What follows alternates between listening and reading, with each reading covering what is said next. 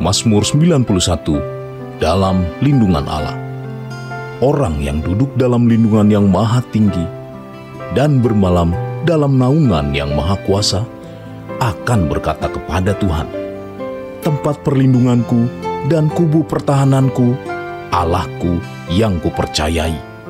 Sungguh, dialah yang akan melepaskan engkau dari jerat penangkap burung, dari penyakit sampar yang busuk. Dengan kepaknya ia akan menudungi engkau, di bawah sayapnya engkau akan berlindung. Kesetiaannya ialah perisai dan pagar tembok. Engkau tak usah takut terhadap kedahsyatan malam, terhadap panah yang terbang di waktu siang, terhadap penyakit sampar yang berjalan di dalam gelap, terhadap penyakit menular yang mengamuk di waktu petang. Walau 1.000 orang rebah di sisimu dan 10.000 di sebelah kananmu, tetapi itu tidak akan menimpamu. Engkau hanya menontonnya dengan matamu sendiri dan melihat pembalasan terhadap orang-orang fasik. Sebab Tuhan ialah tempat perlindunganmu, yang maha tinggi telah kau buat tempat perteduhanmu. Malapetaka tidak akan menimpa kamu, dan tulah tidak akan mendekat kepada kemahmu. Sebab malaikat-malaikatnya akan diperintahkannya kepadamu untuk menjaga engkau di segala jalanmu. Mereka akan menatang engkau di atas tangannya, supaya kakimu jangan terantuk kepada batu. Singa dan ular tedung akan kau langkahi. Engkau akan menginjak anak singa dan ular naga. Sungguh hatinya melekat kepadaku, maka aku akan meluputkannya. Aku akan membentenginya, sebab ia mengenal namaku. Bila ia berseru kepadaku, aku akan menjawab. Aku akan menyertai dia dalam kesesakan. Aku akan meluputkannya dan memuliakannya. Dengan panjang umur akan kukenyangkan dia, dan akan kuperlihatkan kepadanya keselamatan daripadaku. Mari sama-sama memperkatakan 5 arti Pentakosta ketiga. 1. Pentakosta ketiga adalah pencurahan Roh Kudus yang dahsyat di zaman ini, melebihi yang terjadi di Azusa Street. 2. Pentakosta ketiga akan mengakibatkan penuaian jiwa yang terbesar dan yang terakhir sebelum Tuhan Yesus datang kembali. 3. Pentakosta ketiga akan membangkitkan generasi Yeremia, yaitu anak-anak muda yang dipenuhi Roh Kudus, cinta mati-matian kepada Tuhan Yesus, tidak kompromi terhadap dosa, dan akan bergerak untuk memenangkan jiwa. 4. Pentakosta ketiga lahir di Indonesia dan bergerak ke bangsa-bangsa. Gerakan ini dari timur ke barat dan akan kembali ke Yerusalem. 5. Pentakosta ketiga akan memberikan kuasa untuk menyelesaikan amanat agung. Dan setelah itu Tuhan Yesus datang kembali. Haleluya! Shalom saudara. Bagi kita yang sudah cukup lama berada di gereja GBI Gatsu, mungkin sudah paham kenapa kita menekankan sekali tentang penyembahan. Tetapi bagi generasi yang baru, anak-anak muda, mungkin masih bertanya, kenapa sih kita harus menyembah Tuhan? Dalam Voice of Pentecost kali ini, kita akan membahas ada 5 alasan kenapa kita menyembah Tuhan. Alasan pertama yaitu saudara dan saya diciptakan untuk memuliakan Dia. Di dalam ayat Yesaya 43 ayat 6-7 dikatakan bahwa aku akan berkata kepada utara, berikanlah, dan kepada selatan, janganlah tahan-tahan. Bawalah anak-anakku laki-laki dari jauh dan anak-anakku perempuan dari ujung-ujung bumi. Semua orang yang disebutkan dengan namaku yang kuciptakan untuk kemuliaanku, yang kubentuk dan yang juga kujadikan. Ayat ini mengajarkan bahwa hidup kita seharusnya membawa kemuliaan bagi Tuhan. Ada banyak cara untuk kita menyembah Tuhan. Salah satu cara yang akan kita bahas hari ini adalah dengan menyembah Tuhan lewat suara kita. Bayangkan betapa spesialnya manusia, diciptakan dengan pita suara dan kemampuan artikulasi nada. Bahkan telinga kita bisa membeda-bedakan melodi. Kita diciptakan dengan tangan dan kaki tentu untuk bergerak dan berjalan.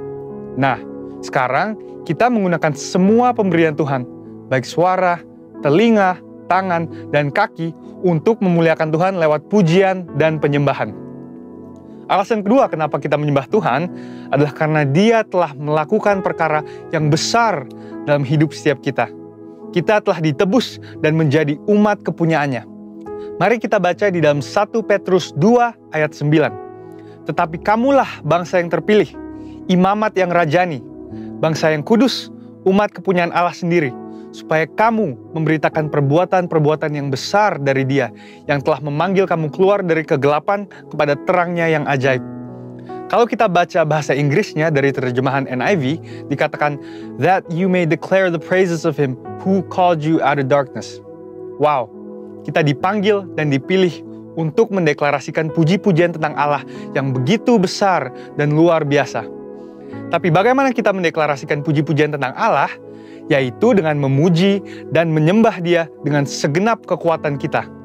Tuhan Yesus menebus saudara dan saya di atas kayu salib supaya kita dipindahkan dari kerajaan gelap kepada terangnya yang ajaib. Keselamatan itu mahal harganya, dan kita tidak mampu membayar itu. Tetapi karena kasih karunia dan melalui imanlah kita diselamatkan. Dan respon orang percaya yang sudah diselamatkan seharusnya adalah untuk mengisi hidupnya dengan pujian dan penyembahan kepada Tuhan. Alasan ketiga kenapa kita menyembah Tuhan adalah karena itu perintah Tuhan sendiri. Di dalam kitab Mazmur 150, kalau kita baca ada banyak sekali kata-kata pujilah. Bahkan ada lebih dari 10 kali kata pujilah digunakan dalam Mazmur 150. Saya bacakan beberapa. Pujilah Tuhan dengan tiupan sangkakala, dikatakan di ayat 3. Ayat 5 berkata, pujilah Tuhan dengan ceracap yang berdenting. Dan di ayat 4 dikatakan, pujilah Tuhan dengan rebana dan tari-tarian. Kalau bahasa Indonesia menggunakan imbuhan akhirlah, artinya itu adalah perintah. Mazmur 103 ayat 1 juga berkata, pujilah Tuhan, hai jiwaku. Pujilah namanya yang kudus, hai segenap batinku. Bukan hanya dengan alat musik dan tari-tarian, tapi kita juga memuji Tuhan dengan segenap jiwa dan batin. Itulah mengapa gereja kita menekankan sekali dalam hal pujian dan penyembahan. Mungkin sebagian kita berkata, tapi suaraku tidak bagus, atau saya tidak suka bernyanyi. Apapun alasan kita, suka atau tidak suka, perintah Tuhan tetap sama. Pujilah Dia. Memuji dan menyembah Tuhan bisa dikatakan sebagai sebuah ketaatan kepada firman Tuhan. Dan kita tahu, ketaatan kepada perintahnya membawa berkat tersendiri. Alasan keempat, mengapa kita menyembah Tuhan adalah karena Dia begitu senang melihat anak-anaknya menyembah dan memuji Dia. Di dalam Mazmur 147 ayat 1 dikatakan, sungguh bermazmur bagi Allah kita itu baik, bahkan indah.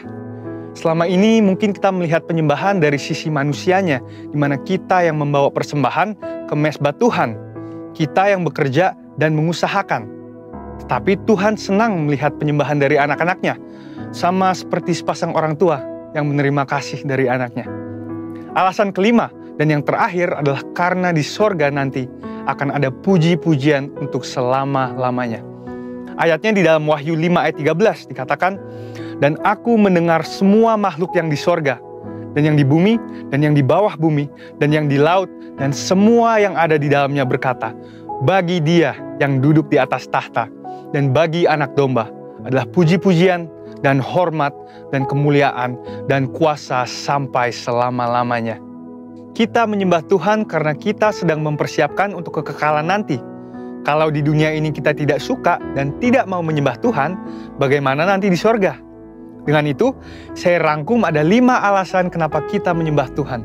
Yang pertama adalah karena kita diciptakan untuk kemuliaan namanya. Yang kedua adalah karena kita telah ditebus lunas oleh darahnya. Yang ketiga adalah karena Tuhan memberikan perintah untuk memuji Dia. Yang keempat, karena Allah senang mendengar umatnya memuji dan menyembah Dia. Dan yang kelima adalah karena kita akan menyembah Tuhan dalam kekekalan untuk selama-lamanya. Saudara, untuk artikel selengkapnya dari tim teologi kami, silahkan klik link yang ada di atas atau scan QR Code yang tersedia. Tuhan Yesus memberkati. Puji nama Tuhan, mari sama-sama kita bagi putri ibu saudara, kita akan berkatakan DNA kita. DNA kita adalah restorasi Pondok Daud, yang artinya prajurit-prajurit Tuhan Ya, Gagah Perkasa yang mempunyai gaya hidup doa, pujian, penyembahan bersama-sama dalam unity siang dan malam yang melakukan kehendak Bapa pada zaman ini. Haleluya, berikan tepuk tangan yang luar biasa. Haleluya. Haleluya. Haleluya, puji nama Tuhan. Shalom Bapak Ibu Saudara. Haleluya, saya percaya kabar kita hari ini luar biasa. Amin. Kalau hari ini kita ada, kita sehat, kita kuat, semuanya karena Tuhan Yesus yang sertai kita, amin. Haleluya, mari pagi hari ini kita sama-sama bawa persembahan syukur kita kepada Tuhan, ucapan syukur kita kepada Tuhan. Mari saudara angkat suaramu sembah Dia, bersyukur atas segala kebaikannya.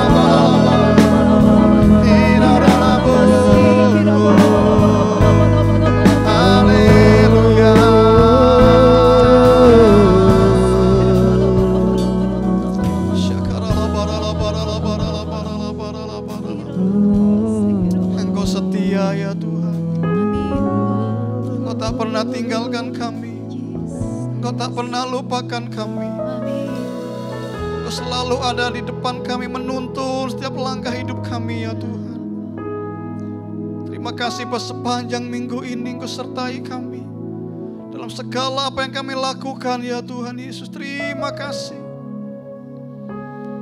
Pagi ini kami ada di tempat ini, kami bawa syukur sembah kami kepadamu ya Tuhan, karena Engkau baik buat kami, kasih-Mu nyata buat kami ya Tuhan. Terima kasih. Terima kasih Roh Kudus. Terima kasih Tuhan. Engkau baik. Engkau baik ya Tuhan. Haleluya. Silakan duduk Bapak Ibu Saudara. Terima kasih Tuhan, terima kasih. Engkau pengharapan, Engkau segala-galanya buat kami ya Tuhan. Yes Lord. Tuhan, Kaulah pengharapanku. Ku percaya hanya kepadamu, Yesus Allah perlindunganku. Engkau yang selalu ku puji. Mulutku penuh dengan pujian kepadamu ya Yesus Tuhan. Sepanjang hari ku beri penghormatan kepadamu ya Allahku. Tuhan, Kaulah pengharapanku. Tuhan, Kaulah pengharapanku. Ku percaya hanya kepadamu, Yesus Allah perlindunganku. Engkau yang selalu ku puji.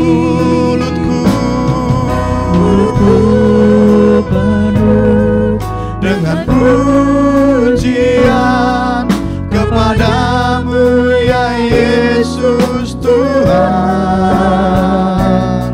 Sepanjang hari ku beri penghormatan kepadamu ya Allahku. Mari jemaat sendiri katakan, Tuhan Kaulah Tuhan. Ya Tuhan, Kaulah pengharapan kami. Kau segala-galanya buat kami ya Tuhan.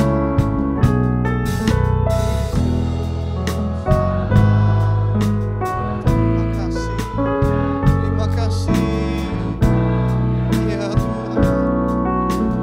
Sama-sama mulutku penuh dengan pujian kepadamu ya Yesus Tuhan. Sepanjang hari ku beri penghormatan kepadamu ya Allah. Mulutku dengan pujian kepadamu ya Yesus Tuhan. Sepanjang hari ku beri penghormatan kepadamu ya Allah. Mulutku penuh dengan pujian kepadamu ya Yesus Tuhan. Sepanjang hari ku beri penghormatan kepadamu ya Allahku.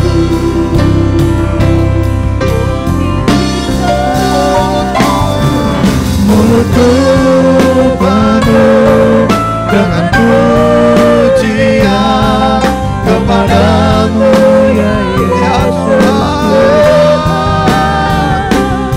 Sepanjang hari ku beri penghormatan kepadamu ya mulutku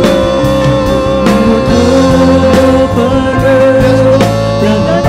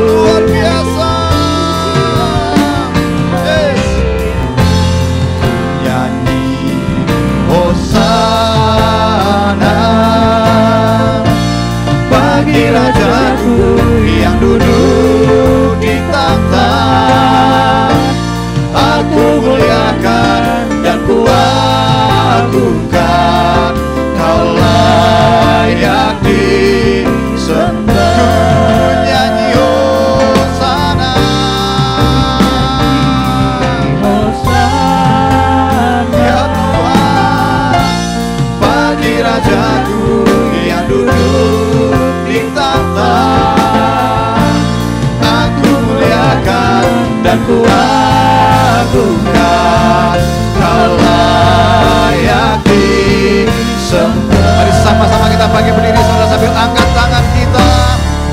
Nyanyi Hosana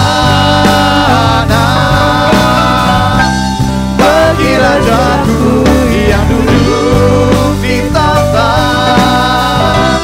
Aku muliakan dan kuagungkan, Kau layak disembah. Ku nyanyi Hosana, amin, bagi Rajaku yang duduk di tahta. Aku muliakan dan kuagungkan, Kau layak di. Sekali lagi kami nyanyi Hosana, Hosana bagi Rajaku yang duduk di tahta. Aku muliakan dan kuagungkan, Kau layak disembah.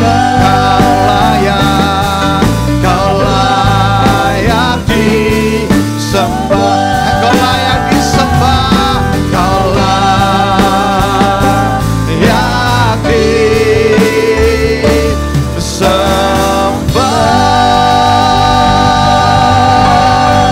Sorak-sorai batalan kita. Haleluya. Haleluya. Engkau dahsyat, Engkau luar biasa ya Tuhan. Engkau berkuasa atas segala-galanya dalam hidup kami ya Tuhan. Terima kasih Bapa. Terima kasih di dalam nama Yesus. Sama-sama kita katakan amin. Sekali lagi tepuk tangan yang luar biasa. Haleluya. Haleluya. Haleluya. Allah kita dahsyat, amin. Allah kita luar biasa, Dia berkuasa dan kuasanya sampai saat ini masih nyata, amin. Haleluya. Berikan jabat tangan kiri kananmu, katakan Tuhanmu itu dahsyat. Haleluya. Tuhanmu dahsyat. Tuhanmu dahsyat. Haleluya. Yes. Luar biasa Tuhan Yesus. Berikan tepuk tangan yang luar biasa. Haleluya. Yes. Ada kuasa.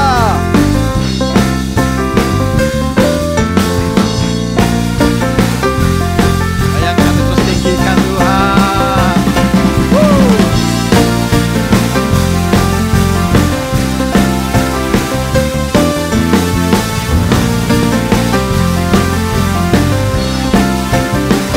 Namanya Tuhan, menara yang teguh, kota benteng perlindunganku, Allah yang perkasa, Dia Bapa yang kekal, gunung batu keselamatanku, Engkau yang termulia di bumi di surga, termasyhur perkasa selamanya. Engkau yang berkuasa di dalam segala hal, ada kuasa dalam nama Yesusku. Yes, Kau berkuasa ya Tuhan.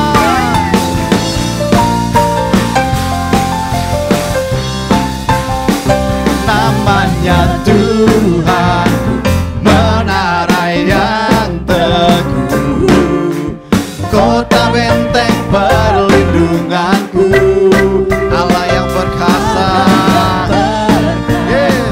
Dia Bapa yang kekal, gunung batu keselamatanku, Engkau yang termulia di bumi di surga,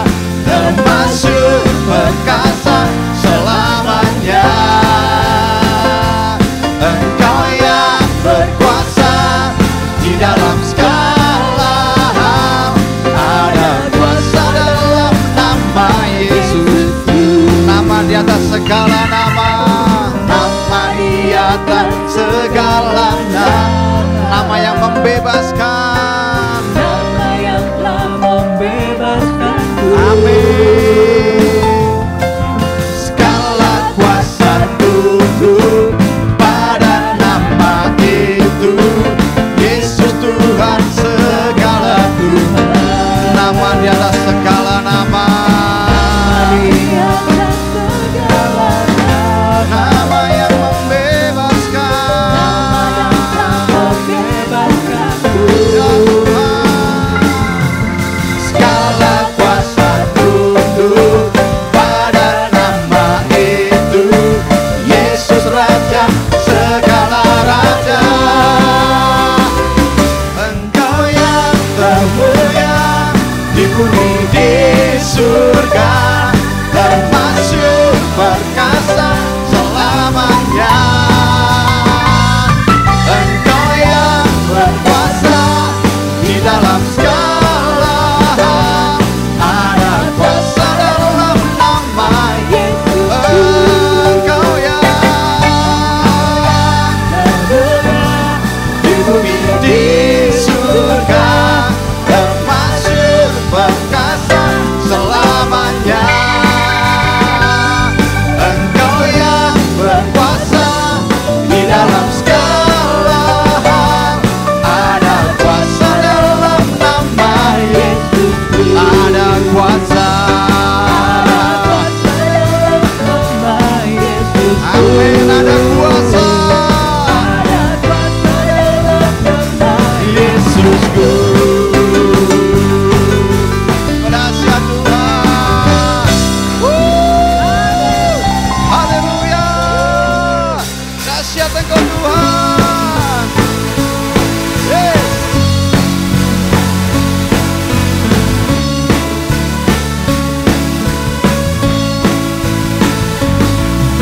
Tak terbayang kebesaran-Mu dan tak terbanding kekuatan-Mu Tuhan. Kau megah bagiku segenap jiwa dan pengharapan telah kuserahkan untuk rencana-Mu Tuhan. Kau Raja atasku, hanya Kau yang layak ditinggikan. Ajaib Kau Tuhan, ajaib Kau Tuhan, agung dan perkasa. Kau sumber kemenanganku, layak berkuasa, memerintah selamanya. Yesus, Kaulah Raja mulia. Dahsyat,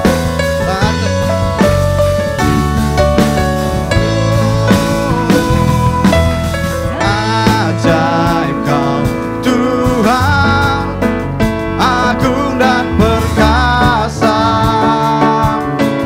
Kau sumber kemenanganku, layak berkuasa, memerintah selamanya. Yesus, Kaulah Raja mulia. Ajaib Kau Tuhan, agung dan berkata. Engkaulah sumber, Kau sumber kemenanganku, layak berkuasa, memerintah selamanya. Yesus, Kaulah Raja mulia. Raja mulia. Haleluya. Haleluya. Yes. Haleluya, puji nama Tuhan. Silakan duduk Ibu Saudara. Persiapkan hati kita untuk mendengar firman Tuhan. Horabaya syakarala parala parala. Terima kasih ya Tuhan, terima kasih. Kasih buat hadirat-Mu, terima kasih buat kehadiran-Mu di tempat ini ya Tuhan. Mari berkati kami dengan firman-Mu siang hari ini ya Tuhan. Biar firman menjadi kekuatan, tuntunan buat hidup kami, terus ikut Engkau sampai akhir ya Tuhan. Terima kasih Roh Kudus, terima kasih Tuhan Yesus. Seperti rusa rindu sungai-Mu jiwaku rindu Engkau. Kaulah Tuhan hasrat hatiku, ku rindu menyembahmu. Sekali lagi, seperti rusa rindu, seperti rusa rindu, jiwaku rindu Engkau. Kaulah Tuhan hasrat hatiku, ku rindu menyembah. Engkau kekuatan Tuhan, Engkau kekuatan dan perisaiku. Kepadamu rohku berserah. Kaulah Tuhan hasrat hatiku, ku rindu menyembah. Yesus, Yesus, Yesus, Kau berarti bagiku. Yesus, Yesus, Kau segalanya. Yesus, Yesus, ya Yesus, Kau segala-galanya, Kau berarti buat kami Tuhan.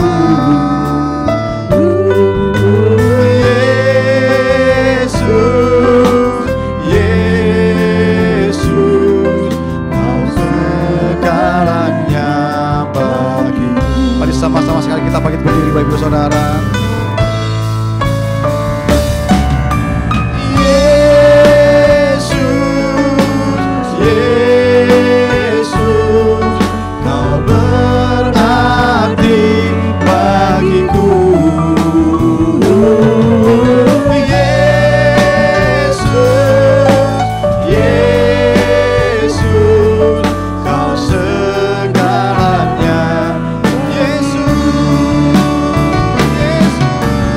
Yesus, Yesus, Kau berarti bagiku. Yesus, Yesus, Kau segalanya bagiku. Segalanya, Kau segalanya bagiku. Kau segalanya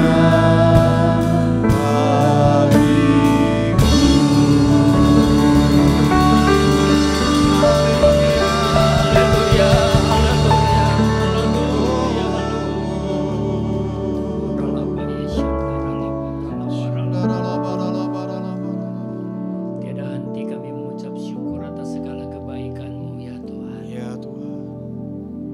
Terima kasih Bapa, buat siang hari ini kami masih boleh ada sebagaimana kami ada. Kami bersyukur Tuhan buat nafas hidup, kesehatan tubuh, damai sejahtera yang masih Allah berikan kepada kami. Terima kasih buat siang hari ini ya Abah. Kami masih boleh melayani Tuhan, kami boleh duduk diam mendengarkan firman-Mu. Kami bersyukur Tuhan karena kami tahu kami butuh Engkau hari-hari ini. Engkaulah Tuhan, Engkaulah Raja. Terpujilah nama-Mu selama-lamanya. Ya Tuhan. Siang hari ini kami minta urapan-Mu turun atas kami ya Amin. Tuhan. Sebentar firman-Mu ditaburkan, biarlah Engkau sendiri beracara bagi kami. Ya Tuhan. Urapan-Mu turun atas kami pada Ya siang hari ini Tuhan. Terima kasih. Segala pujian, syukur, hormat kami naikkan bagi kemuliaan nama-Mu. Hanya di dalam nama Tuhan Yesus Kristus hamba berdoa dan mengucap syukur. Haleluya. Amin. Silakan duduk Bapak Ibu yang dikasihi dalam Tuhan. Puji Tuhan. Tanpa terasa kita sudah memasuki tahun 2025. Waktu begitu cepat berlalu. Dan kita tahu pada waktu tahun 98 sudah memasuki 25 tahun lebih ya, hampir 27 tahun. Kita bisa tahu bahwa tahun-tahun 98 ini merupakan tahun kelam bagi bangsa kita Indonesia. Perubahan politik, ekonomi yang menyebabkan banyak orang, bahkan anak-anak muda yang menjadi korban. Mereka berjuang demi kebebasan pada masa itu yang disebut zaman transformasi. Perubahan memang membutuhkan pengorbanan dan kita tahu masih banyak anak-anak muda yang berkorban. Dan mungkin ada beberapa di antara kita atau saudara-saudara kita yang mengalami bagaimana kehilangan, bagaimana pada waktu itu yang begitu mengerikan. Masih banyak orang-orang yang terhilang, yang berkorban. Dan orang-orang tua mereka yang merasa terhilang, yang merasa mengalami satu kondisi keadaan yang begitu mengenaskan. Sampai hari ini mereka membentuk satu gerakan yang dikatakan melawan lupa, Bapak Ibu. Pagi hari ini dengan tema khotbah saya mengenai melawan lupa ini. Dan saya tidak berbicara mengenai politik di pagi hari ini. Dan saya juga tidak memfreshkan pikiran kita untuk mengenang bagaimana Indonesia mengalami masa kelam ini. Tapi pagi hari ini saya ingin mengajak Bapak Ibu untuk membahas tema mengenai melawan lupa. Bagaimana kehidupan kita sebagai anak-anak Tuhan yang menghidupi kehidupan rohani kita. Supaya semakin hari kita semakin kedapatan serupa seperti Dia. Kata lupa menurut ahli bahasa Indonesia, Wahyu Baskoro, yang mempunyai arti lupa itu tidak sadar kita, tidak teringat atau tidak diingat, atau kita lalai dan kita tidak ingat lagi. Bapak Ibu, kata lupa ini bagi kita yang umur lahir di tahun 60, kata lupa ini sudah tidak asing bagi kita. Kadangkala kita mau keluar, mau ke pasar, sudah siap-siap dengan pakaian, semuanya udah naik di mobil. Lupa dompet. Kadang-kadang ibu yang lagi ngobrol sana sini, tiba-tiba dia keingat, waduh, ketel yang ada lagi masak air belum dimatikan. Begitu banyak lupa bagi kita yang sudah umur di atas 60 tahun ini. Dan banyak orang berkata bahwa lupa itu adalah manusiawi. Tapi kalau sampai lupa diri itu keterlaluan. Bapak Ibu, bagaimana sih kita sebagai anak-anak Tuhan yang dikatakan hari-hari ini kita memasuki satu situasi yang dikatakan generasi Yeremia yang cinta mati-matian kepada Tuhan Yesus. Bagaimana caranya kita hidup seperti Kristus yang sudah hidup. Apa yang dikatakan di dalam Alkitab mengenai lupa atau melupakan atau tidak ingat lagi kepada Tuhan. Mari saya mengajak Bapak Ibu untuk membuka di dalam Alkitab kita, di dalam Ulangan. Di dalam Ulangan pasal 4 ayat yang ke-9. Ulangan pasal 4 ayat yang ke-9 firman Tuhan berkata demikian. Tetapi waspadalah dan berhati-hatilah, supaya jangan engkau melupakan hal-hal yang dilihat oleh matamu sendiri itu, dan supaya jangan semuanya itu hilang dari ingatanmu seumur hidupmu.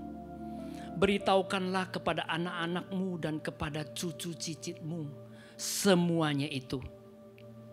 Di dalam Ulangan pasal yang ke-6 ayat yang ke-12, pada waktu Musa menuliskan kitab Ulangan ini, dia berkata demikian.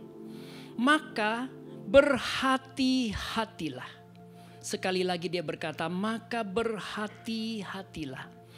Supaya jangan engkau melupakan Tuhan yang telah membawa kamu keluar dari tanah Mesir, dari rumah perbudakan.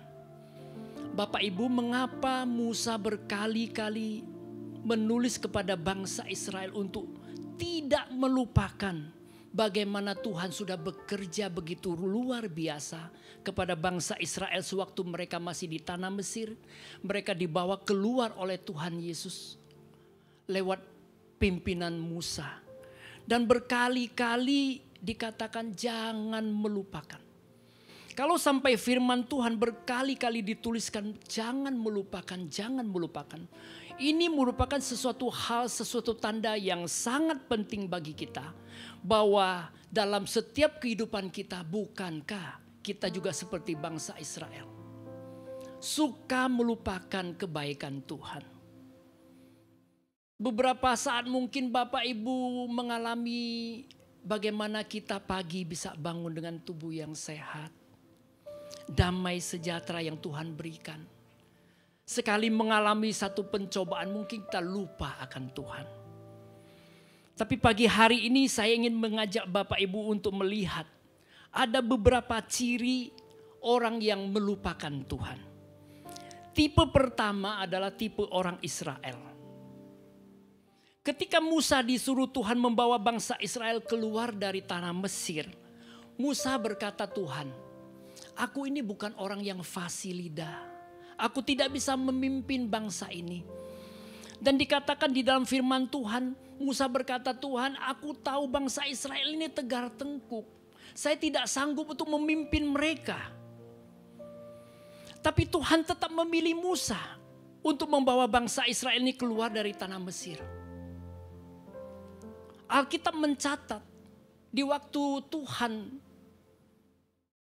melakukan banyak mujizat-mujizat. Dari air menjadi darah. 10 tulah Tuhan kirimkan kepada Fir'aun untuk melunakkan hatinya supaya bangsa Israel bisa keluar dari tanah Mesir. Air menjadi darah, nyamuk dan lalat, bahkan katak sampai kematian anak sulung. Begitu dahsyatnya Tuhan melakukan mujizat demi mujizat supaya umatnya bisa keluar dari tanah pembebasan ini. Tapi di tengah jalan dikatakan di dalam firman Tuhan, belum lagi 2 bulan terjadi, mereka mengalami kurang minum, tidak ada makan daging, mereka mulai bersungut-sungut kepada Tuhan. Mereka melupakan Tuhan yang sudah begitu banyak melakukan mujizat. Hanya karena masalah perut, masalah kesenangan sementara mereka melupakan Tuhan. Alkitab mencatat di dalam Keluaran pasal 16 ayat pertama sampai ayat yang ketiga. Keluaran pasal 16 ayat pertama sampai ayat yang ketiga, firman Tuhan berkata demikian. Setelah mereka berangkat dari Elim, tibalah segenap jemaat Israel di padang gurun Sin yang terletak di antara Elim dan gunung Sinai. Pada hari yang ke-15 bulan yang kedua. Bapak Ibu, dituliskan pada hari yang ke-15 bulan yang kedua. Sejak mereka keluar dari tanah Mesir. Di padang gurun itu bersungut-sungutlah segenap jemaat Israel kepada Musa dan Harun. Dan berkata kepada mereka, kalau kami mati tadinya di tanah Mesir oleh tangan Tuhan. Ketika kami duduk menghadapi kuali berisi daging dan makan roti sampai kenyang. Sebab kamu membawa kami keluar ke padang gurun ini untuk membunuh seluruh jemaat ini dengan kelaparan. Bapak Ibu, berapa banyak di antara kita seperti ini? Seperti tipe bangsa Israel. Mungkin beberapa saat kita mengalami pertolongan Tuhan. Mungkin dalam kita sakit penyakit. Mungkin banyak kesaksian, mungkin Bapak Ibu dalam kehidupan sehari-hari itu Tuhan tolong kita. Berapa banyak kali kita sering kali melupakan Tuhan. Alkitab mencatat bangsa Israel baru mengalami bagaimana mujizat Tuhan yang demikian luar biasa menghantar bangsa Israel ini keluar dari tanah Mesir. Dikatakan di dalam firman Tuhan baru 2 bulan setengah. Mereka sudah melupakan Tuhan. Bahkan mereka bersungut-sungut kepada Tuhan. Arti kata bersungut-sungut di sini dikatakan lun ini yang mempunyai arti itu tidak puas kepada Tuhan.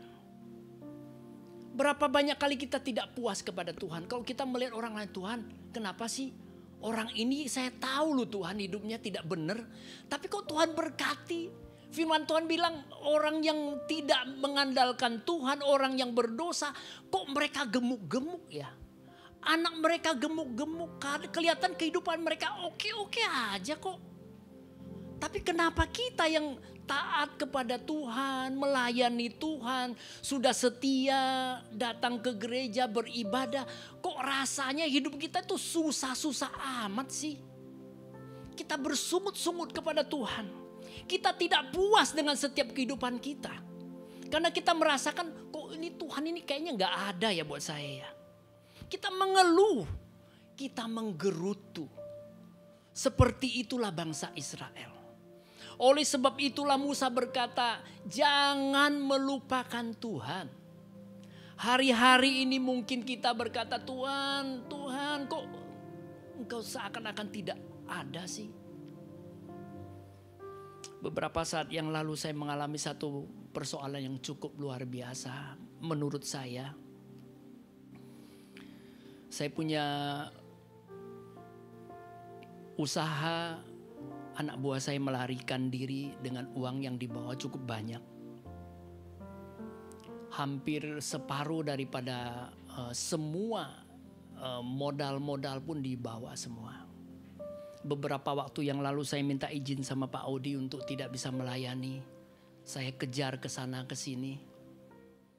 Dari Jawa sampai ke Sumatera, sampai ke Sulawesi saya jalanin. Karena yang dibawa itu cukup besar. Hampir semuanya sudah diambil. Dan pada waktu saya pergi ke toko-toko itu ternyata semua tagihan sudah dibawa sama dia. Tidak ada tersisa satu sedikit pun juga. Dan pada waktu saya menyewa lawyer untuk menangkap dia, semua uang itu sudah habis. Yang menyebabkannya adalah judi online. Hati-hati dengan judi online ini anak-anak muda. Bagi kita umur di atas umur 60 tahun lebih, kita tidak familiar dengan judi-judi online, tidak familiar dengan handphone kita. Tapi anak-anak muda, kadang-kadang kalau saya lihat cucu saya ini yang masih kecil ini bangun pagi udah cetak-cetok. Waduh ampun deh. Kita malah kita ini lebih bodoh daripada dia. Kalau mereka dari kecil sudah diajarin demikian rupa pinternya. Dan hari-hari ini kita wajib berdoa buat anak-anak kita, buat cucu-cucu kita. Untuk terlepas daripada judi online ini. Luar biasa. Tapi saya mau katakan apapun yang terjadi, jangan melupakan Tuhan. Jangan bersungut-sungut seperti bangsa Israel yang sudah mengalami mujizat Tuhan yang luar biasa. Padahal 10 tulah yang Tuhan turunkan. Tapi tetap Musa berkali-kali berkata jangan melupakan Tuhan. Memang manusia kita tuh suka lupa. Lupa itu manusiawi katanya. Tapi sampai melupakan Tuhan, hati-hati Bapak Ibu. Hal yang pertama, jangan seperti tipe bangsa Israel. Melupakan Tuhan. Apapun yang terjadi, kita tetap ingat akan kebaikan Tuhan. Hal yang kedua kita akan melihat. Kristen tipe seperti Thomas. Kita buka di dalam Yohanes pasal yang ke-20. Yohanes pasal yang ke-20 ayat yang ke-28 sampai ayat yang ke-29. Thomas menjawab dia, "Ya Tuhanku dan Allahku." Ayat yang ke-29. Kata Yesus kepadanya, "Karena engkau telah melihat aku, maka engkau percaya. Berbahagialah mereka yang tidak melihat namun percaya." Bapak Ibu, bukankah kita hampir sama seperti Thomas? Bukankah setiap hari kita berdoa, seminggu sekali kita ke gereja disertai dengan doa, puasa. Tapi di saat kita mengalami pergumulan, kita lupa akan campur Tuhan. Saking paniknya kita melupakan bagaimana Tuhan pernah menolong kita. Sehingga kita seperti Thomas. Tuhan, kalau tidak ada bukti aku tidak percaya. Berapa banyak di antara kita seperti itu Bapak Ibu? Bukankah kita manusia tuh lebih lihat, wah kalau nggak ada hasilnya, saya mana mungkin bisa percaya Tuhan. Ini kondisi saya begitu luar biasa Tuhan, saya tidak sanggup lagi untuk menanggungnya. Kalau Tuhan tidak menolongkan dan saya tidak melihat campur tangan Tuhan, saya tidak percaya. Seperti Thomas kita. Kalau kita tidak melihat bagaimana Tuhan menolong kita, kita tidak percaya. Orang bilang beriman. Datang hamba Tuhan, ayo berdoa beriman kepada Tuhan. Tapi tetap kita tidak percaya kepada Tuhan. Kita seperti Thomas, kalau tidak ada bukti, saya tidak percaya. Tiba-tiba Tuhan datang, Thomas, kamu tidak percaya. Padahal Thomas kita tahu itu muridnya Tuhan Yesus. Dia pernah melihat banyak mujizat. Tuhan melakukan banyak hal-hal yang besar dalam hidupnya. Tapi Thomas tetap manusia Bapak Ibu. Seperti kita. Tapi Tuhan itu baik. Pagi hari ini mungkin kita seperti Thomas yang tidak percaya lagi kepada Tuhan. Tuhan datang kepada kita. Tuhan berkata, anakku, lihat ini jariku. Lihat ini lambungku yang dicucuk. Saya berkorban bagi engkau.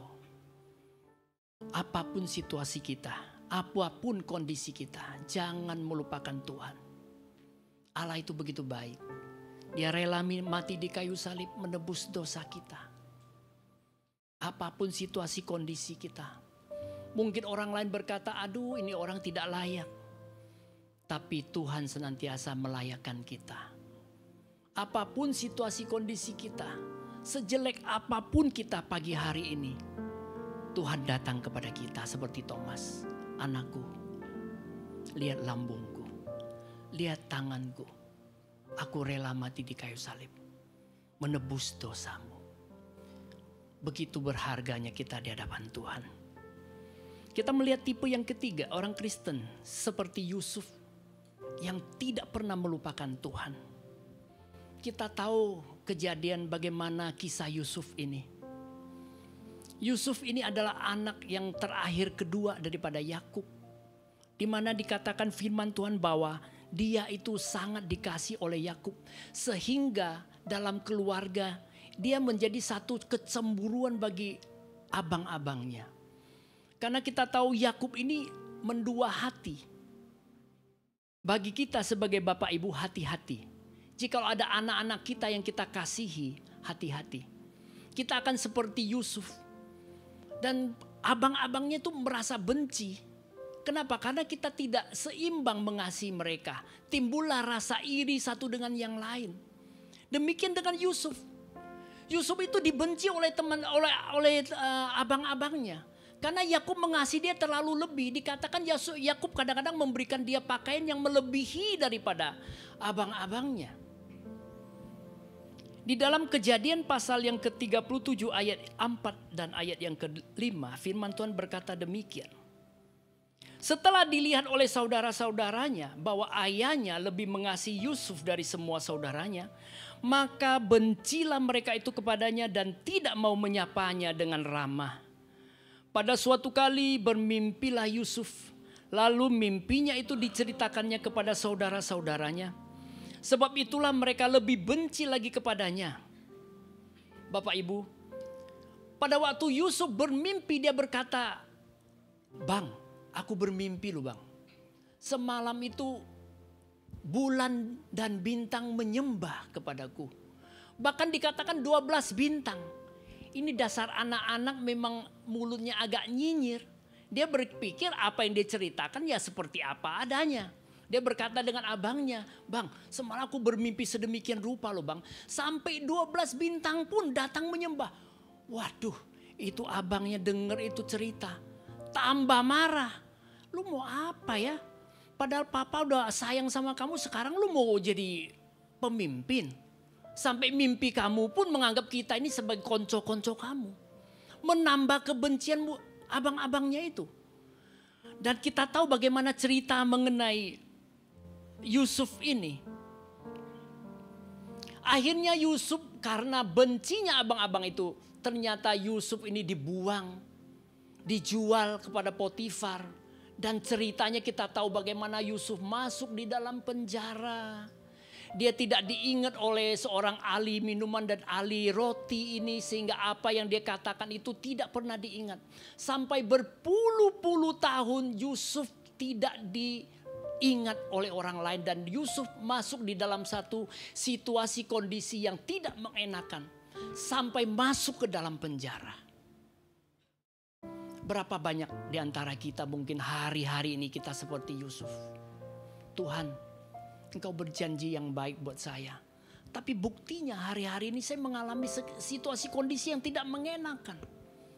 Padang gurun demi padang gurun, keadaan kondisi ekonomi tidak lebih baik.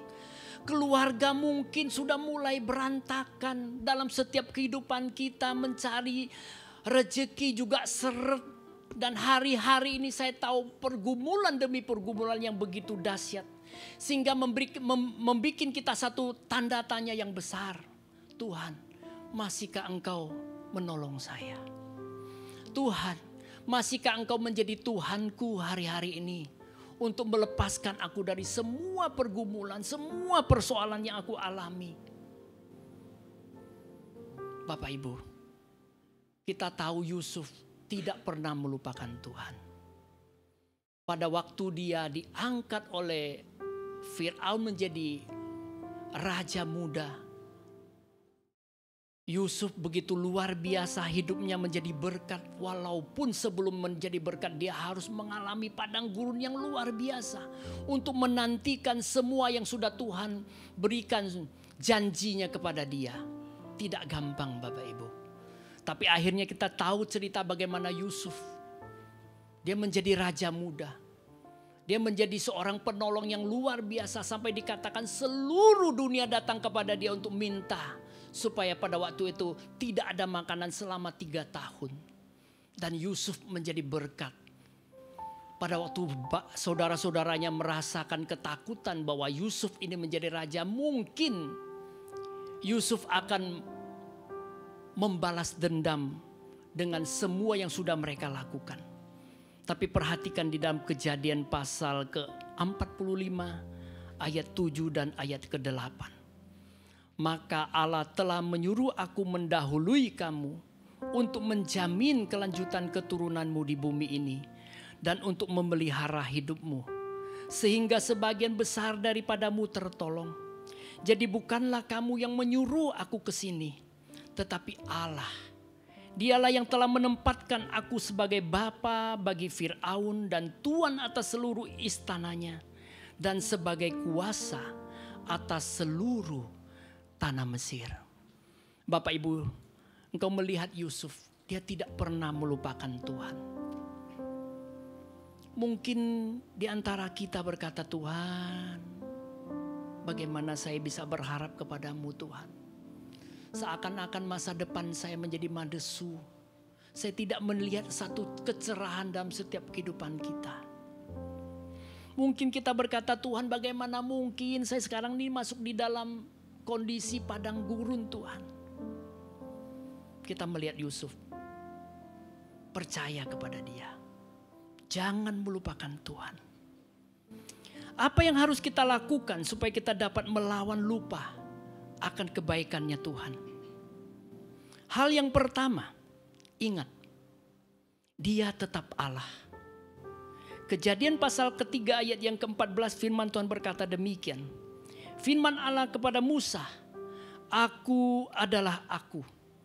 Lagi firman-Nya, beginilah kau katakan kepada orang Israel itu, Akulah yang telah mengutus aku kepadamu. I am that I am.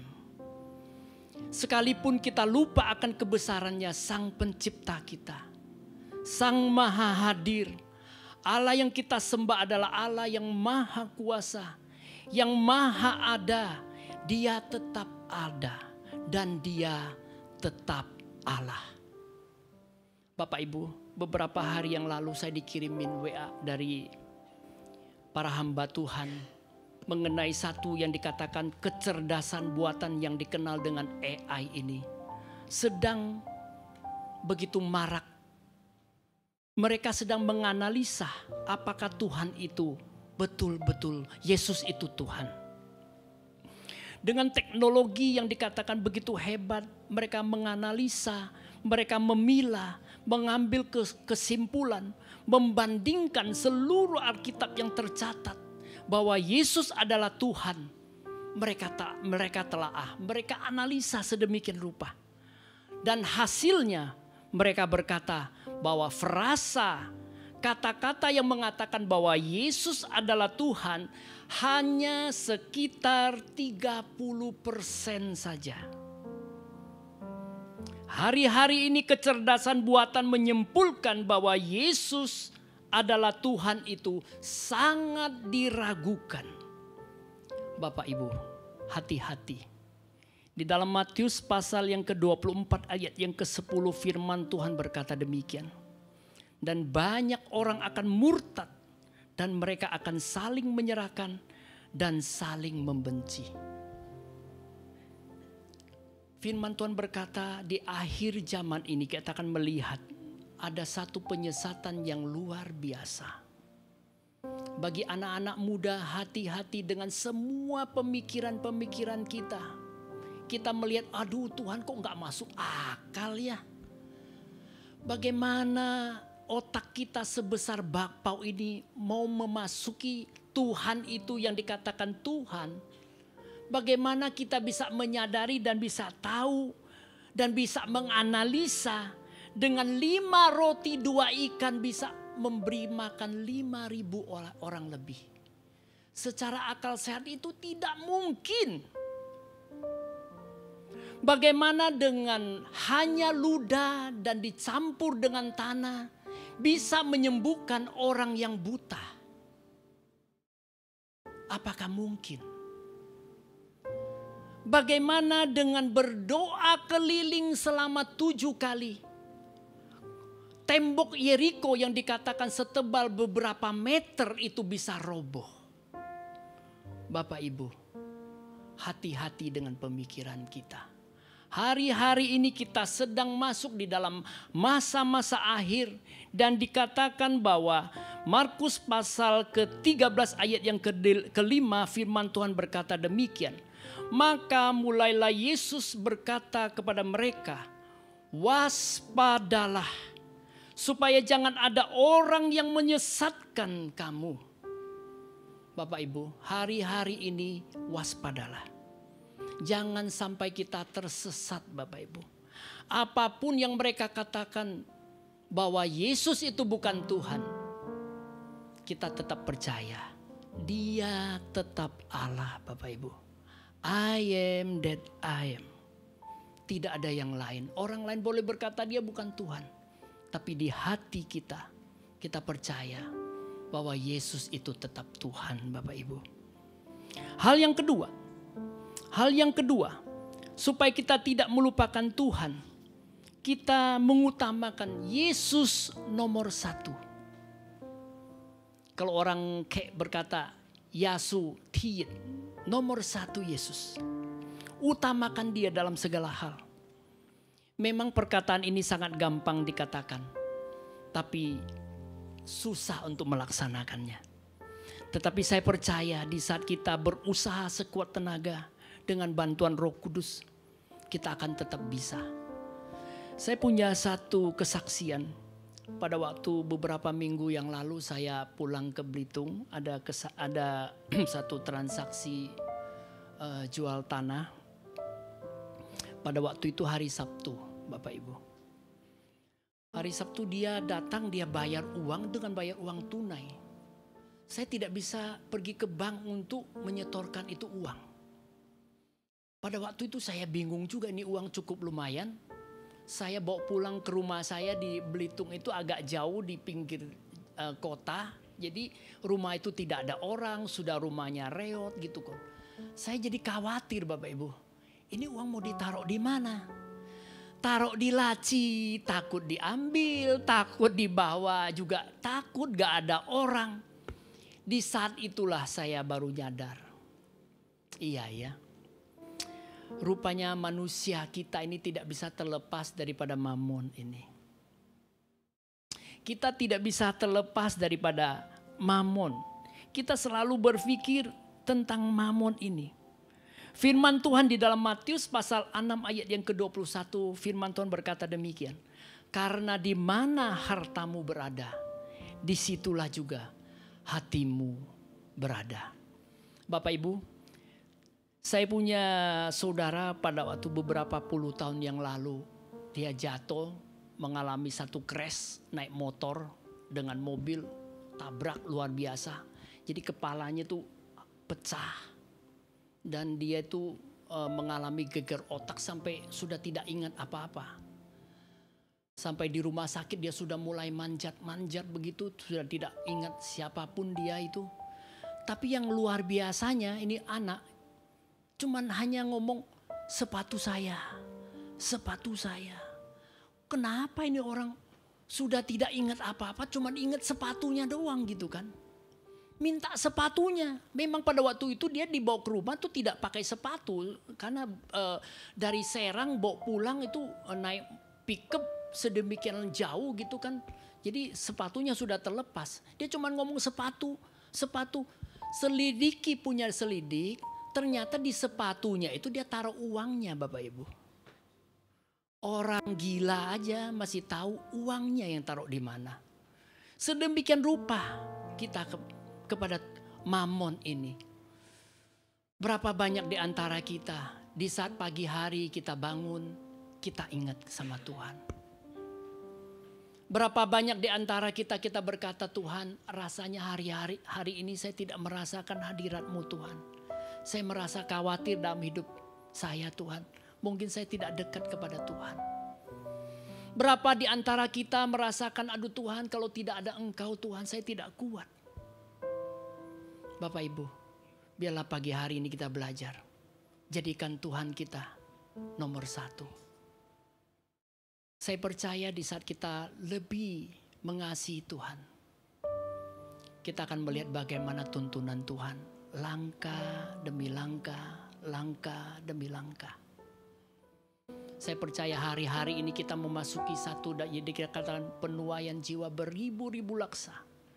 Tuhan akan memakai kita menjadi alat di dalam tangan Tuhan. Tuhan akan memakai kita menjadi alat-alatnya. Jadikan Tuhan Yesus nomor satu. Hal yang ketiga,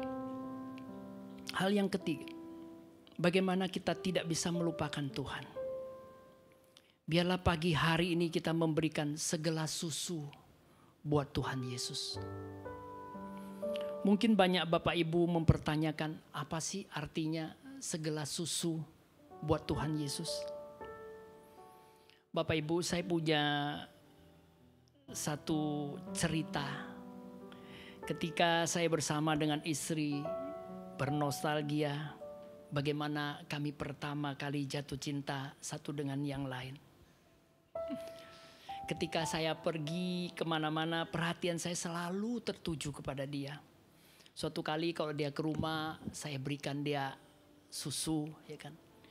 Beberapa saat yang lalu istriku ini protes. Dia bilang, "Pak, masih ingat nggak kalau ke rumah kamu nyodohin segelas susu? Kok sekarang mana susunya? Boro-boro susu. Lupa bawa kacamata saja." Kita mulai ngomel. Seperti itu Bapak Ibu. Saya waktu dia ngomong begitu, saya tersentak.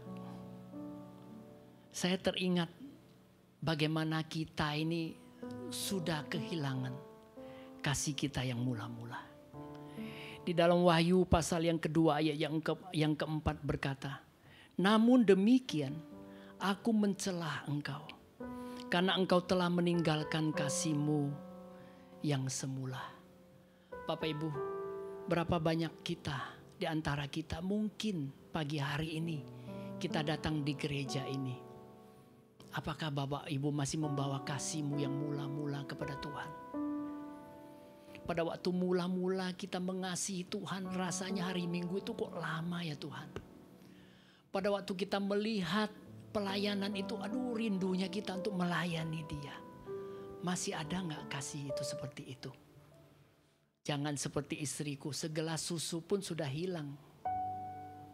Bapak Ibu, ketika jemaat di Efesus, mereka semangat melayani Tuhan. Masih semangat ke gereja, menginjili jiwa-jiwa. Firman Tuhan berkata, jemaat di Efesus itu mereka masih melayani Tuhan dengan jerih payah, dengan ketekunan mereka. Bahkan dikatakan di dalam firman Tuhan mereka menderita oleh karena firman. Mereka tidak mengenal lelah. Tapi Alkitab berkata Tuhan mencela kita. Karena kita sudah mulai meninggalkan kasih di Tuhan kita, mula-mula kita kepada Tuhan. Pagi hari ini Bapak Ibu yang dikasih di dalam Tuhan, biarlah hidup kita jangan melupakan Tuhan. Apapun yang terjadi dalam hidup kita, percaya Dia tetap Tuhan. Dia tetap Tuhan. Saya jadi teringat ada satu kisah menurut seorang ibu yang mengasihi Tuhan. Suatu kali dia sudah mulai meninggalkan kasihnya kepada Tuhan. Dia berkata, kalau dilihat dibaca kayaknya Tuhan itu enggak benar-benar menjadi Tuhan. Akhirnya dia mulai meninggalkan kepercayaan dia kepada Tuhan. Suatu kali dia sakit, flu, pilek. Anaknya datang kepada dia, "Mah, kamu sakit ya, Mah?" "Iya, saya udah minum obat kok," katanya kepada anaknya yang masih kecil itu. "Mah, kita kan percaya kepada Tuhan. Ayo, Mah, aku doain Mama." Ini anak yang mendoain mamanya. Karena mamanya sudah hilang kasih mula-mulai kepada Tuhan. Tidak percaya lagi kepada Tuhan. Anaknya berdoa, "Tuhan, tolong mamaku, Tuhan sembuhkan dia dari sakit pileknya, batuknya." Beberapa hari memang sembuh. Tapi sembuhnya dia merasa sangsi karena dia juga minum obat. Apakah sembuh karena anaknya yang berdoa? Tapi pada waktu dia memakai pemikiran dia berkata, itu mah anak kecil, gak mungkin lah melakukan mujizat bisa sembuh saya. Mungkin karena saya sudah minum obat. Dia tidak percaya. Meninggalkan kasih dia yang mula-mula. Sampai suatu kali, sampai titik nadirnya kehidupan dia mulai gelisah. Dia tidak punya satu pegangan hidup lagi. Karena dia tidak percaya kepada Tuhan. Karena apa yang dia baca, dia melihat semua orang-orang yang tidak percaya Tuhan, kehidupannya dia. Dia mulai tidak percaya, meninggalkan kasih yang mula-mula itu. Suatu kali sampai titik nadirnya. Mertuanya bilang, "Ayo nak, datang ke tempatku, menginap." Akhirnya dia menginap di sana, di rumah mertuanya. Memang rumah mertuanya itu adalah identik tempat yang agak dingin. Dikatakan di sana itu tidak ada aurora. Dia suka melihat aurora. Tapi daerah yang mertuanya tinggal itu tidak ada aurora sebenarnya. Suatu kali dia mempunyai pemikiran seperti itu. Dia berdoa, "Tuhan, saya selama ini sudah mulai meninggalkan kasihku yang mula-mula kepadamu. Saya tidak percaya kepada Tuhan." Dia berdoa seperti itu. "Tapi Tuhan, jikalau Engkau betul-betul ada, saya rindu Tuhan. Di daerah mertua saya memang tidak ada aurora. Tapi saya pengen Tuhan menunjukkan kepada saya satu mujizat bahwa saya bisa melihat aurora ini." Yang dikatakan tidak gampang-gampang bisa melihat aurora. Akhirnya dia di sana beberapa hari, suatu sore begitu mertuanya lagi memasak, membuat masakan. Tiba-tiba mertuanya berteriak, "Ayo keluar, lihat." Tiba-tiba dia melihat ada aurora yang datang. Si ibu itu langsung keluar, dia lihat itu aurora. Dalam hatinya dia berdoa, "Tuhan, ampuni saya Tuhan. Saya berpikir bahwa Engkau tidak ada. Saya berpikir bahwa Tuhan itu hanya satu isapan jempol. Tapi gara-gara satu orang ibu yang tidak percaya yang sudah mulai kehilangan kasih mula-mula, Allah sanggup melakukan satu mujizat kepada dia. Sehingga dia bisa melihat satu aurora yang dikatakan sebenarnya di tempat itu tidak mungkin ada aurora. Hanya satu orang yang berdoa yang sudah mulai kehilangan kasihnya mula-mula. Tuhan memperlihatkan mujizatnya kepada dia. Pagi hari ini Bapak Ibu, mungkin kita sudah capek dan lelah melayani Tuhan. Mungkin dalam hati kita sudah berkata, Tuhan, saya sudah mulai kehilangan kasih mula-mula, saya sudah melupakan Tuhan. Tapi pagi hari ini Allah sanggup melakukan satu mujizat buat Anda, buat saya, buat Bapak Ibu. Percaya bahwa Dia tetap Allah. Jadikan Allah kita nomor satu. Berikan kasih kita yang mula-mula kepada Tuhan Yesus. Amin. Mari saya undang kepada Bapak Ibu untuk naik. Kita akan nyanyikan satu pujian yang berkata, kasih setiamu memulihkan.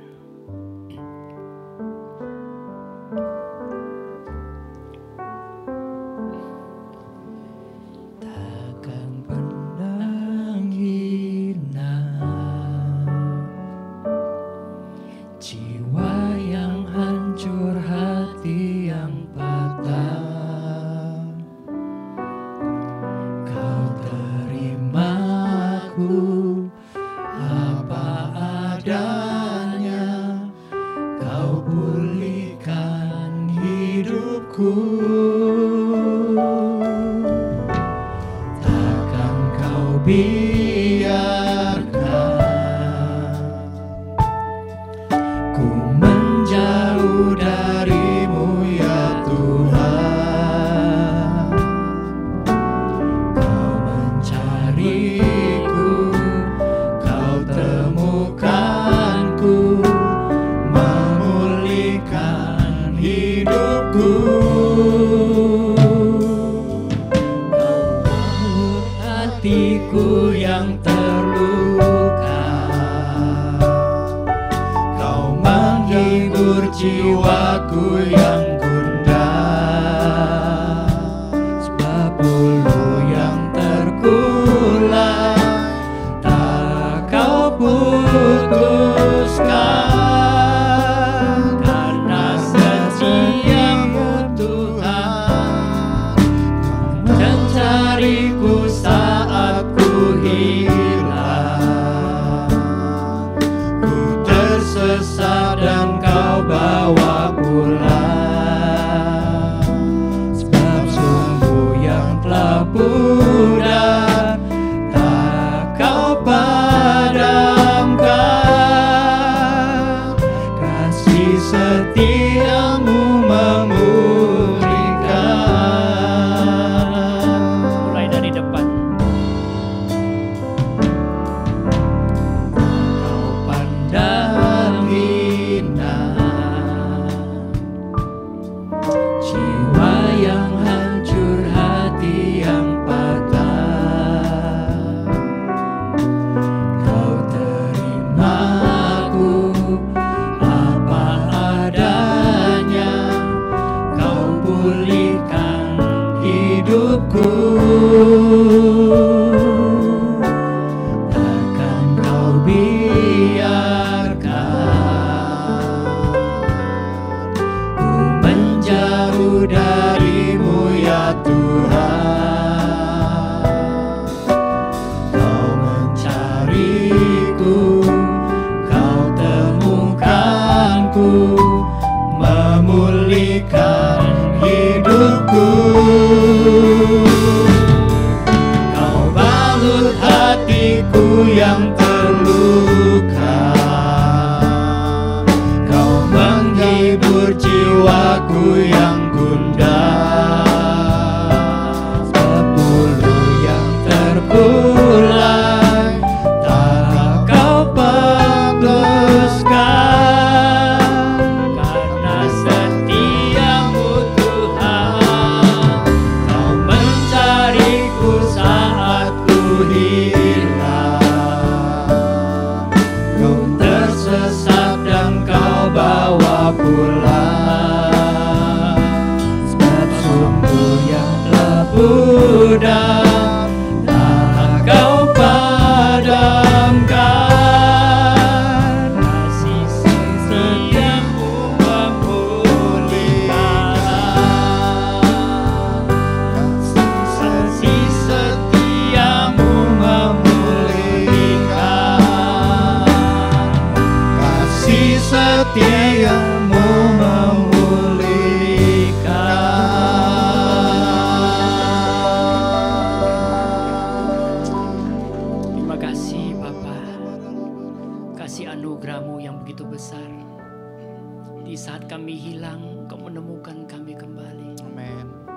Biarlah pagi hari ini Tuhan, kami tidak akan melupakan Tuhan, bahwa Engkau tetap Allah. Engkau tetap nomor satu dalam setiap kehidupan kami Tuhan. Dan kasih mula-mula kita tetap ada kepadamu. Terima kasih kami sudah mendengarkan firman-Mu Tuhan. Biarlah Engkau beracara lebih lagi, menjadikan rema firman-Mu dalam setiap hati kami. Terima kasih Bapa. Kami serahkan semuanya ke dalam tangan Tuhan. Hanya di dalam nama Tuhan Yesus Kristus hamba berdoa dan mengucap syukur. Haleluya. Amin. Amin. Puji nama Tuhan. Terima kasih Bapak Pendeta Topan untuk firman Tuhan. Kita akan dengarkan pengumuman. Kami serahkan multimedia. Pengumuman Minggu 23 Februari 2025. Menara Doa Pelayan Jemaat atau MDPJ Onsite, Sabtu 1 Maret 2025 pukul 9:30 pagi. Wajib bagi seluruh pengerja yang sudah terdaftar. Healing Center diadakan pada hari Rabu 26 Februari 2025 pukul 7:30 malam bertempat di Chapel Kana GBI Modern Land. Mengundang Bapak Ibu Saudara yang membutuhkan dukungan doa karena sakit penyakit atau pergumulan lainnya. Kami rindu berdoa bagi saudara. Kelas Bimbingan Pranikah atau BPN Online Angkatan 100 periode 26 Februari hingga 30 April 2025 telah dibuka. Kelas diadakan setiap hari Rabu pukul 7 malam melalui Zoom.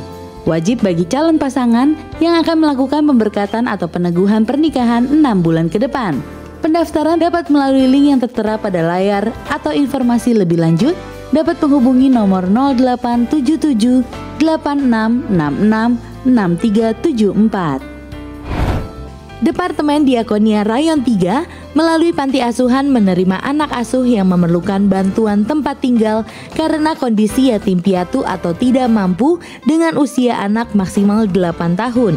Untuk informasi lebih lanjut dapat menghubungi nomor 0877 7152 2740 dengan Pendeta Pratama Eli Chandra. Shalom anak-anak muda. Dalam rangka memperingati ulang tahun yang kelima, Harpazo Art Center akan mengadakan band competition. Lomba band ini khusus untuk peserta di tingkat SMP dan SMA mulai dari usia 12 sampai 18 tahun. Anak-anak band, sini ngumpul dulu. Simak informasi ini baik-baik ya. Pertama, lomba band ini boleh mengatasnamakan sekolah ataupun tim kamu sendiri. Kedua, sekolah boleh mengirimkan lebih dari satu tim untuk mengikuti lomba band ini.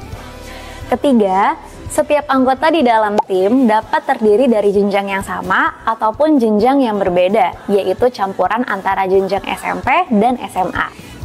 Keempat, lagu yang dibawakan adalah lagu gospel atau lagu rohani sesuai dengan ketentuan yang sudah ditetapkan. Lomba band ini akan diadakan pada tanggal 22 Maret 2025 di Harpazo Art Center. Buat kamu yang tertarik mengikuti lomba band ini atau mau tahu informasi lebih lanjut, dapat menghubungi kontak person kami di nomor WhatsApp 0812 8383 1420 atau DM Instagram kami di @harpazoartcenter.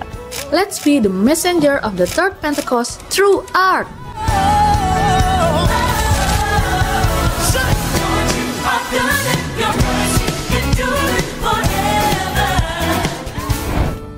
Ini saatnya memberi. Haleluya. Mari menabur bagi rumah Tuhan. Persembahan dapat diberikan melalui amplop dan kris yang tersedia. Tuhan Yesus memberkati. Shalom, ibadah minggu tanggal 2 Maret akan dilayani oleh Pendeta Cynthia Tirta Direja pada pukul 8 dan 10 pagi dan pada pukul 5 sore akan dilayani oleh Pendeta Reynaldo Panggabean. Kami mengundang Bapak Ibu beribadah bersama di minggu depan. Mari ajak anak-anak untuk beribadah bersama di minggu depan pada pukul 10 pagi dan 5 sore. Ibadah Junior Church 2 Maret 2025 diadakan pada pukul 10 pagi. Demikian pengumuman minggu ini, Tuhan Yesus memberkati berlimpah-limpah. Puji nama Tuhan, tiba saatnya kita akan memberi. Wah, Ibu boleh memberi secara tunai maupun secara transfer. Mari sebelum kita memberi sama-sama kita berdoa. Terima kasih ya Tuhan, terima kasih sepanjang ibadah kami Engkau sertai, Engkau pimpin kami ya Tuhan. Biarlah firman yang kami dengar boleh kami lakukan dalam kehidupan kami sehari-hari ya Tuhan. Sebentar kami akan memberi buat pekerjaan-Mu, bagi tanda syukur kami kepadamu ya Tuhan, untuk berkat-Mu, untuk penyertaan-Mu yang sempurna buat kami. Terima kasih Bapaknya, di dalam nama Yesus, haleluya, amin. Terima kasih Yesusku buat anugerah yang Kau beri, sebab hari ini Tuhan adakan syukur bagimu. Terima kasih Tuhan, terima kasih Yesusku buat anugerah yang Kau beri, sebab hari ini Tuhan adakan syukur bagi. Mari sama-sama kita bagi berdiri saudara, kita akhiri pada kita siang hari ini. Kiranya Engkau memberkati aku berlimpah-limpah dan memperluas daerahku, dan kiranya tangan-Mu menyertai aku dan melindungi aku daripada malapetaka, sehingga kesakitan tidak menimpa, sehingga kesakitan tidak menimpa aku, sehingga kesakitan tidak menimpa aku.